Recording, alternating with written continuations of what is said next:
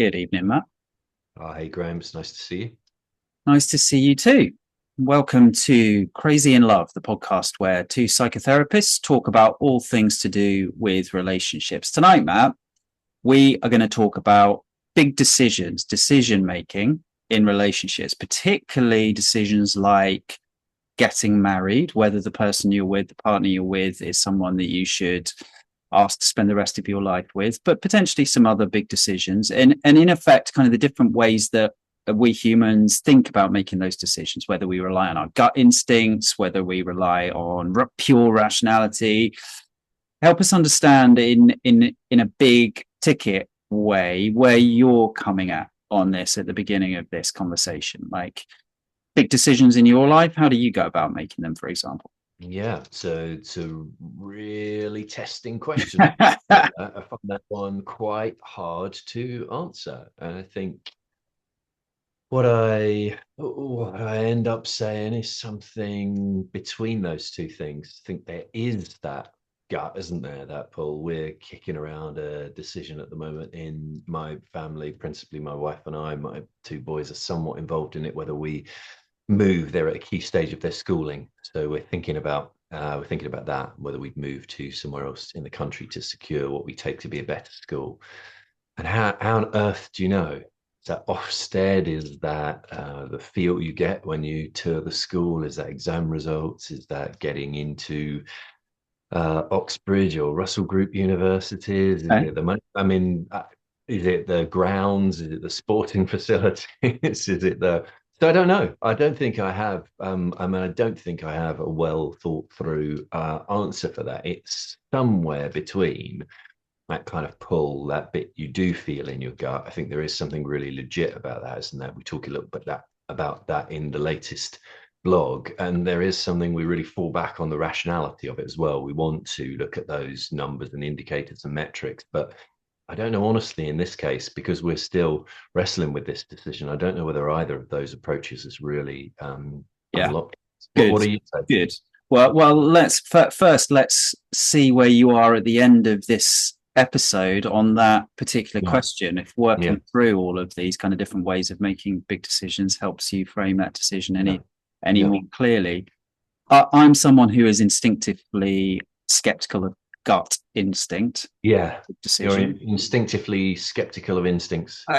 Exactly. I think the research shows that in a number of ways, us humans are pretty well. Our gut instinct is pretty terrible in a range of different ways. So, from the purely sense-based way of things like optical illusions, proving that we can't trust our vision in certain ways, quite literally the way we see the world is not a true representation of the world. That's a pretty good starting point Yeah, for all decisions, really. But then also more cognitive behavioral science, the likes of Danny Kahneman yeah, and others in that field, Paul Bloom, etc., have shown that actually where our instinctive, unconscious, instinctive gut instinct type ways yeah, of seeing the world are often get it wrong, right? We tend to prefer people who look more like us, for yeah, example, in our decision making. We tend to evaluate people based on a small number of traits. We massively overemphasize if they're quite pleasant with us, for example, that they'll be quite pleasant with other people and have that as a kind of core personality trait and classic yeah, halo yeah, effect.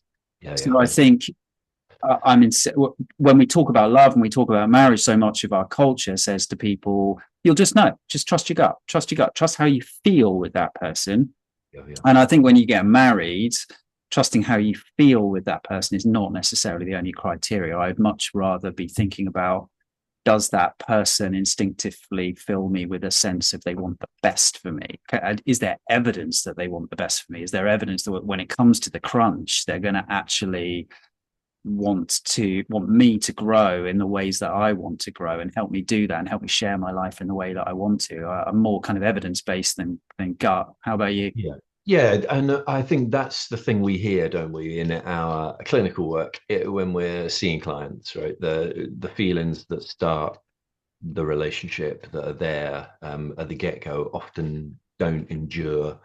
And it gets closer to what you're describing there, maybe that actually this wasn't the right choice for me, or this wasn't somebody that was supportive of me. You know, the feelings I felt then no longer true, and this doesn't feel like a matchup. Yeah. Really hard to ignore those feelings, I think, when they're strong, aren't they? I mean, I think there's a lot about sort of lust and sexual longing and whatever at the start of a relationship that gets muddled up and conflated with love. I think it's quite a hard thing. Maybe that I don't know whether you're asking people to do, but you're sort of inviting people to slow down and consider other questions in addition to that. I think quite hard to do, or counter to the messages around love and relationships and romance. Yeah, I think I'm asking people in the client work, but also as part of this conversation, to Yeah, consider the evidence, that whether the evidence supports the feeling. So even a feeling of like longing for someone, you can long for someone who isn't very suitable for you. You can long for someone who isn't very good for you in the long term. yeah, That feeling of longing can be misconstrued and misinterpreted as proof of love, proof of connection. I wouldn't put why on earth would I be feeling such strong feelings for someone and miss yeah, someone so much who's bad for me? But of course you yeah, can. Of course you can. That person can treat you badly, can manipulate you, can love bomb you, can yeah, gaslight you, can all yeah, sorts of things yeah, to pluck some kind of therapy speak into the yeah, conversation. But you yeah, know yeah, what I mean? That those feelings aren't necessarily to be fully trusted. yeah, yeah, yeah, yeah. And what does he say in that book? That thinking slow, thinking fast. What's the we're melding those things. We're drawing the best of those things. We're skeptical of each, or it's a bit of a counsel of despair. In the end, they both have limits. No, I think there's a value judgment, isn't there, in Kahneman's work of, so he describes the two systems. I think he would be the first to say that they're deliberately crude ways Yeah, of sure. well, but he describes system one as being that very fast, unconscious, Yeah, responsive, instinctual process, and then system two is the much more deliberative, slower, considerate yeah, system within the brain. And I think although he describes them both in equal terms. When considering big life decisions like that, I think Kahneman would very much err on the side of system two and say that system one is where human beings make more mistakes, and that system two, that slower, more deliberative way of yeah, thinking, leads to better decision making yeah, yeah, on big decisions. And maybe that's a good place to kind of bring in the Charles Darwin example. Do you have yeah, yeah, do you yeah. have more to say on kind of Kahneman? Have you are you No, it was a long while ago that a while I ago? I Yeah. seriously read that. I read that book. I know he's a very serious guy, and the work is solid. I didn't find the book to be life changing or as sort of noteworthy as people tend to speak of it in quite reverential terms. It stayed high up on the list, isn't it, of the things you must read. It's probably still somewhere on a bestseller list, but it didn't blow me away. No, I think he's the only psychologist ever to win the Nobel Yeah, Prize, which yeah, really indicates a couple of things. One is that his work generally is pretty reliable. The other is yeah. that psychology generally is not a particularly well Revered science. established or Yeah. revered science with particularly well written papers or books about it. Yeah.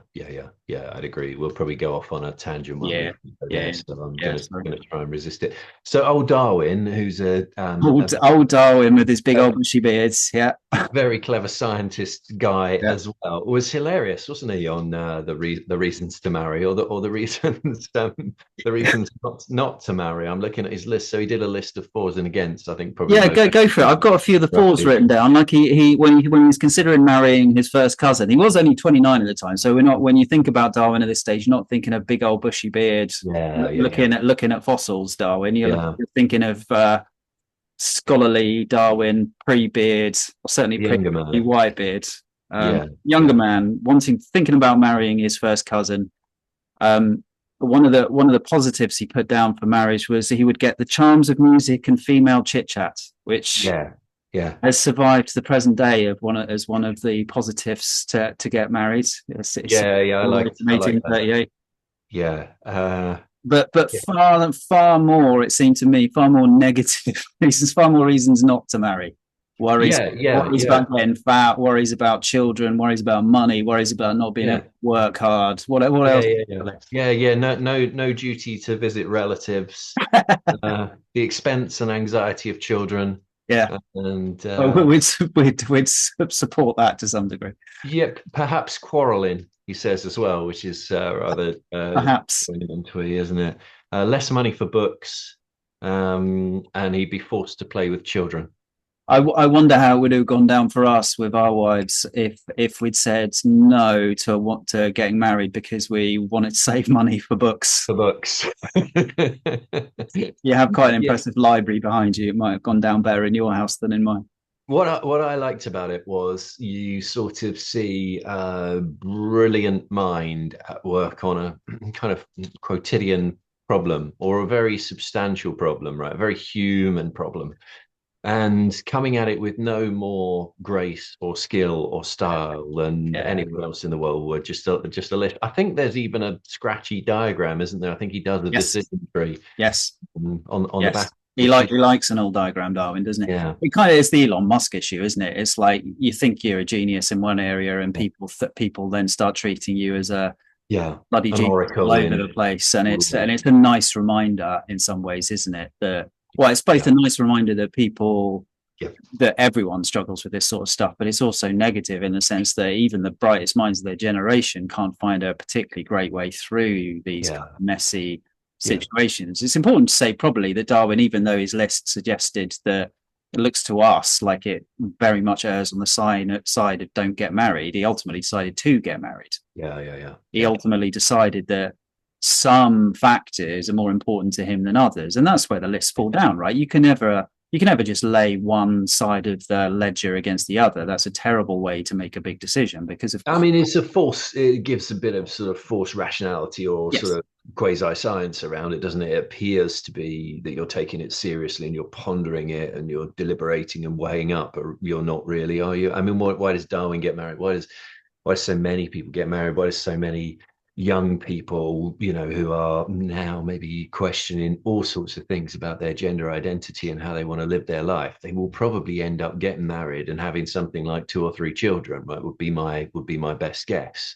We seem to have been doing that for quite some time, different numbers of children over the ages, but that's sort of what we do, isn't it? yeah, There's I mean, I guess for Darwin, I'm saying this because there's an evolutionary pull to that thing as well. You can do your list and your diagram, but there might be something else going on. The bit that old Freud would add to it, I suppose, is we don't actually make all of our decisions on the top of our mm, head for conscious thought through reasons. Sometimes there are really strong pulls and impulses coming from all sorts of areas that are not really not as available to us. We're being driven a little bit. another great beard. Yeah, yeah, yeah, absolutely, yeah. We got a long way to go for getting anywhere close. Your maybe we pick up on the thing that you talked about towards the end of the blog post, which I wasn't really familiar with. I think you call it something like a transformational experience. Yeah, So yeah, yeah. maybe talk us through that as another reason why it's really hard to get rational or deliberative about these things. Yeah, so I didn't. It's more important for me to say I didn't coin that phrase. That was by the philosopher L.A. Paul, um, I think in California, who has this concept of transformational experiences. Now, the idea behind that is that there are certain life transformations, life decisions, life moments, like getting married, like having children, that you can't really anticipate how that's going to change you as a person.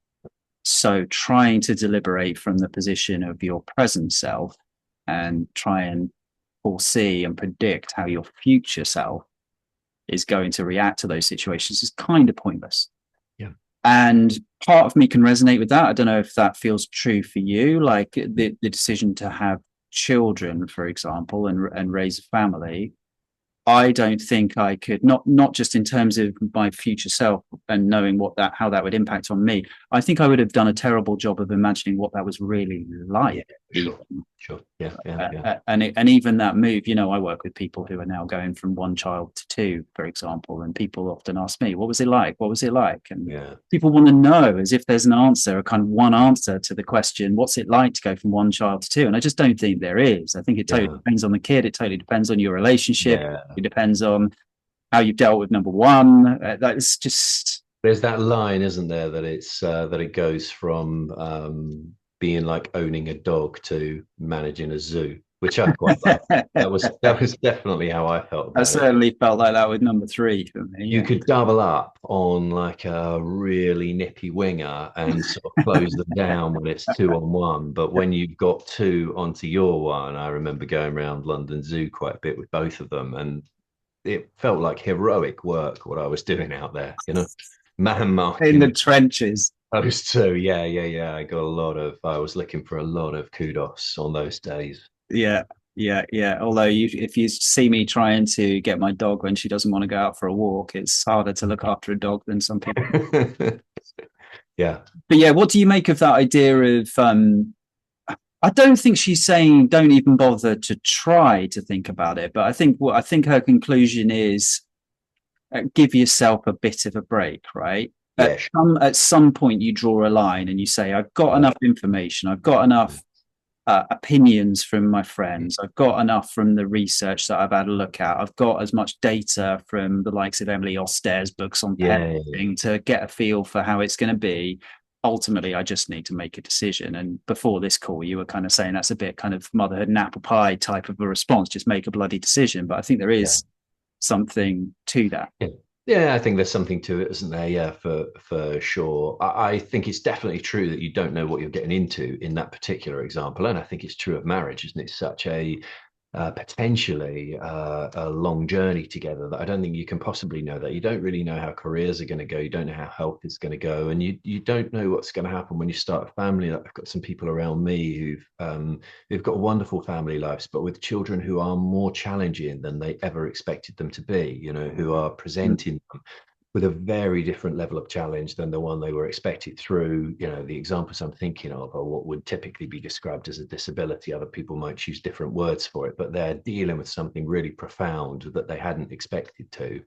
And that definitely shapes life differently. In my own much more boring example, I've got a grown-up daughter and two relatively small boys, 9 and 10. And with the boys, I thought, do I know this? I know some of this, but it was very different. It was a different age and phase of life. I thought I'd be great with the babies, and I love babies. I love looking in prams and pushchairs, but getting up at night with them is a really different thing. It turns out I didn't enjoy those infant weeks and months Mm. terribly much, and I love it now much more than I ever thought I would. So I've been worse at certain phases and struggled more with certain phases that I thought I might be rather better at.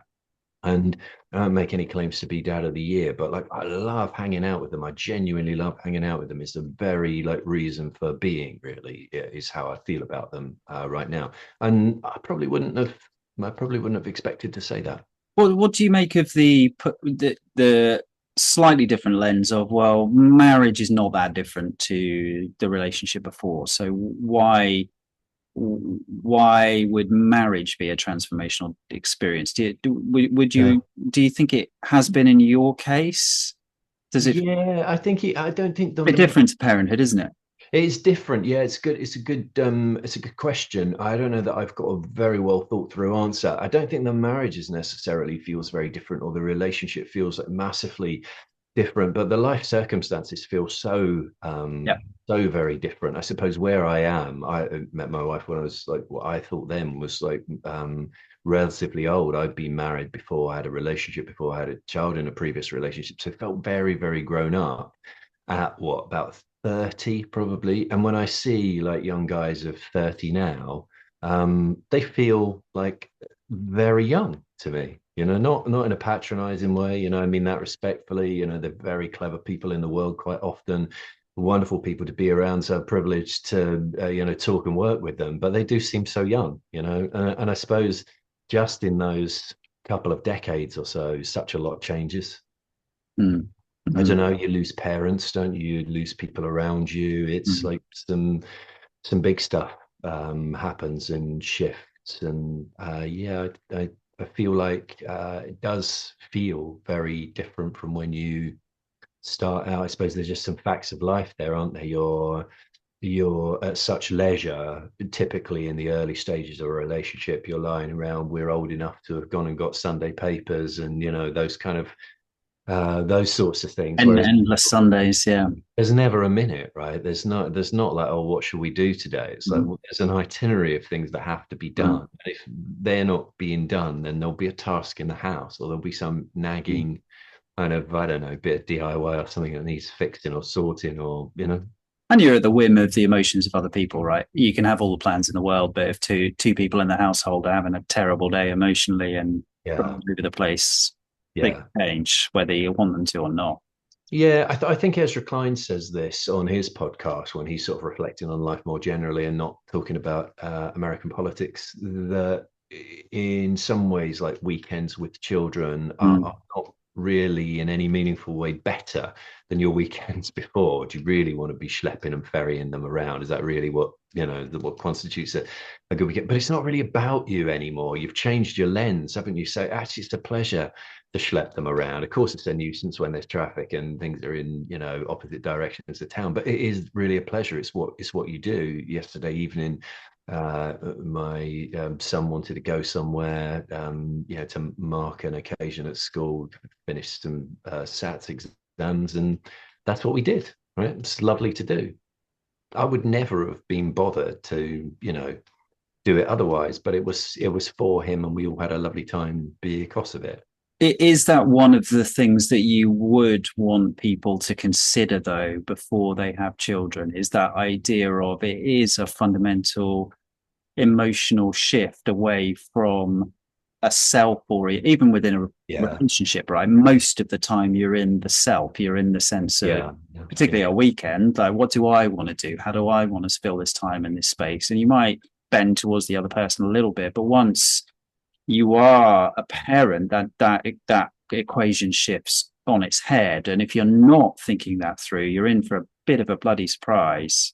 Yeah, I You agree. haven't thought about Yeah, I agree. A mate of mine said something like, you got to get over yourself completely, before doing family life, before doing kids, before having babies. That's the piece of advice. Like, get completely over yourself as quickly as you can, Yes, and just and the having a kids will gut really response accelerate that. of I really like children, I want to have kids. And if you're not kind of activating system two and doing the work of actually what's important to me, what would the sacrifices involved? How is that going to affect me? I think you're, as Yeah. said, you're in for a fall. Sorry, I cut you off a bit. What were you? No, no, no, no, no. That's a helpful point too, isn't it? John Kabat-Zinn, the sort of mindfulness meditation guy, says they're like live-in Zen masters. Children, they will just whack you with the Zen stick endlessly. You think you've got it covered. You think you've got this phase. Like you know, that's the sort of that's the example that connects with me quite a lot. The other guy that we sometimes talk about, Danny, we've mentioned him for a while, is James Hollis, and he Yeah. says that the way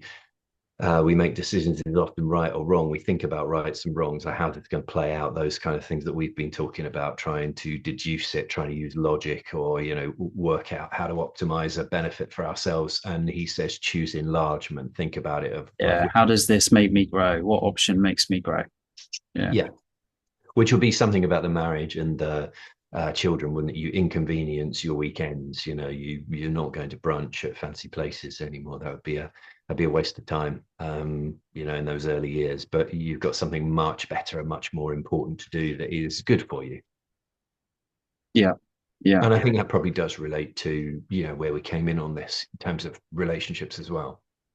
Yes, I think so. I think it's more helpful, this conversation, in the sense of the question, am I with the right partner, right? Rather than should I get married, which increasingly is Yeah. it's far less important in terms of life outcomes, et cetera, or the likely stability of the relationship, right? I've just spent the weekend with someone who's been with his partner for decades and is raising three lovely children, right? Then probably never going to get married. He doesn't really, it Yeah. doesn't bother him enormously. It's not a massive factor in their lives, whether Yeah. but the choice to be together, the choice to raise a family, now that was the big life choice that they made. Yeah, yeah, yeah, absolutely. Yeah, yeah. I suppose we're always guilty, aren't we, of talking about marriage as if that's the only way to create a union. That's not really what we mean, is it? But that sort of choice to be together is yeah, and I guess it's an ongoing choice as well, isn't it? It's just, But yes and no, right? Though yes and no. So there is a sense of every day you're getting up and you're committing to that person. But I think what we're talking about with some of these transformational experiences is they require a commitment going into them of, in effect, saying to yourself, I don't know whether this is, as you were saying, going to be the right or wrong decision to make for me and my life, but Yeah. I'm committing to the consequences. In the same way that you're saying to someone, I'm committing to you, I'm in this for the long term, Yeah. and I'm not going to wake up tomorrow and just change my mind. I'm not just going to ask myself every morning, is she the person I want to spend my life with every day? Because that's just Yeah. one day she might not be. What tell us about Gary Becker, who you talk a bit about in the article, Graham? What is Gary? Who is Gary Becker, and what is he? Well, Gary Becker was an economist. I think he was at the University of Chicago from memory. And he's renowned as being an economist who brings market theory into every aspect of human life. So his view on crime, for example, is that it is a logical choice to commit a crime in every situation. His view on immigration is something along the lines of you should price visas at a certain point where you get the number of people that you want into the country, and the right people will come in because they're the people that want it most and are willing to sacrifice that much money and see it as that much value. So his approach to relationships is quite similar. His approach is very much about utility. You get married or you get together long term with someone if the utility of doing that outweighs the utility of being single. And he applies that down to, or in theory he does, whether he did in reality or not, I'm kind of dubious of whether some of the stories around how it really works out in his household. But his idea is, of course, down to whose time is worth more than someone else's in the relationship. So you wake up on a Saturday morning, who should make the coffee? Well, it depends what the other person's going to do and who's most skilled to make the coffee and who values that 30 seconds to 5 minutes more than the other person. That'd be you in your house, wouldn't it? You'd definitely be on coffee. You'd be on point for Depends coffee. if I've been on the cocktails the night before. I was this Saturday night. I'm a big coffee fan. Yeah, it would be me. It would be me. Um, He's a renowned guy. I mean, he's the reason you refer to him in the blog post, and I raise it now, is not because he's a wacky guy who was trying to sell a book. He too has won a Nobel Prize. I believe so. Yeah, I believe so.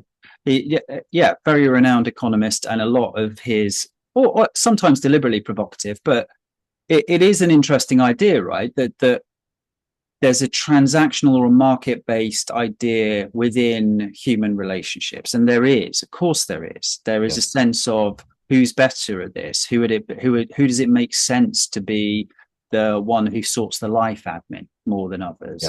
Who does it make sense is the person that takes responsibility for the pets? Who takes responsibility for the car when it goes wrong? Usually there is a kind of seamless way that we do it in a mainly unspoken way in a relationship, right? That we just fall into those roles because the opportunity cost of doing it the other way around doesn't make any sense. His take on relationships like we're talking about, though, is I think slightly odd. It sounds odd, right? This idea of we meet someone and we fundamentally decide, does it make sense from a kind of profit and loss utility function equation to be with this person? I just think that although we often talk in these podcast episodes about slightly unromantic side of romantic relationships, I think that's a deeply unromantic. Yeah, sure. He's gone too far, hasn't he? He's gone too far. He's gone too far. He did win a Nobel Prize. Maybe have you just done a quick Google while instead of listening to what I was saying? Pretty much, yeah. I mean, it's ChatGPT these days, Graham, not Google, but yes, yeah. Yeah, ChatGPT probably says he's the father of Boris Becker. Probably does hallucinations and something like that. Very good, very good. You've often got some clever way of ending these podcasts, Graham. I was looking to you today for some Gary Lineker type punning or something. Something along those lines. No, I don't. I wish I did. I was going to say you invited me maybe to come back to my decision that I was kicking around. Yes. Yeah.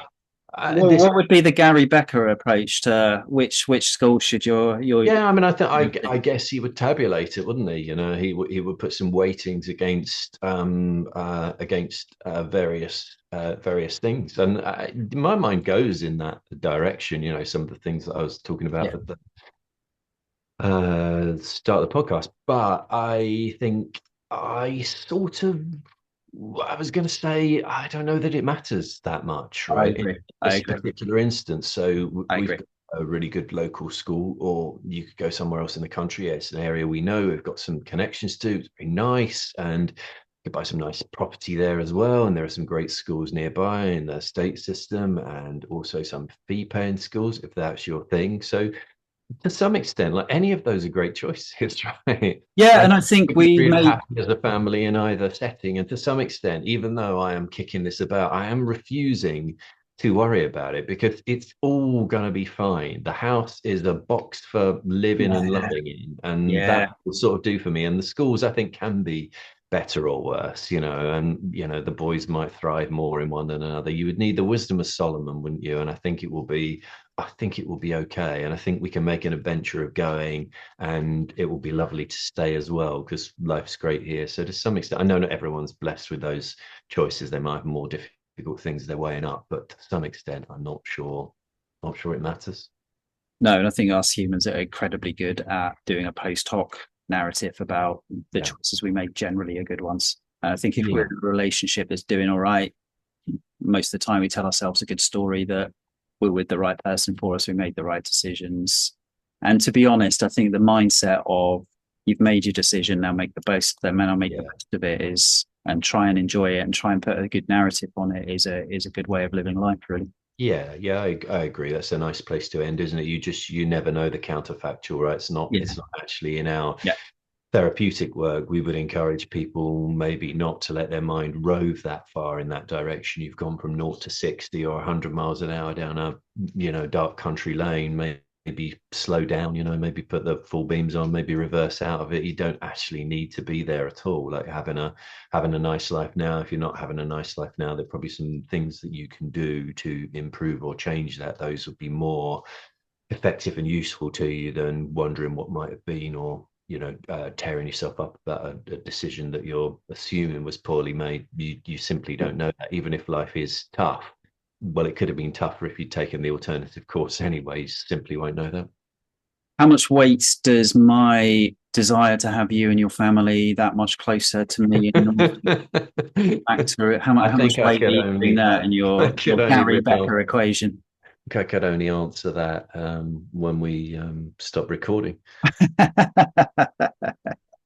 All right, good to see you. Yeah, nice to see you, Graham. Take care.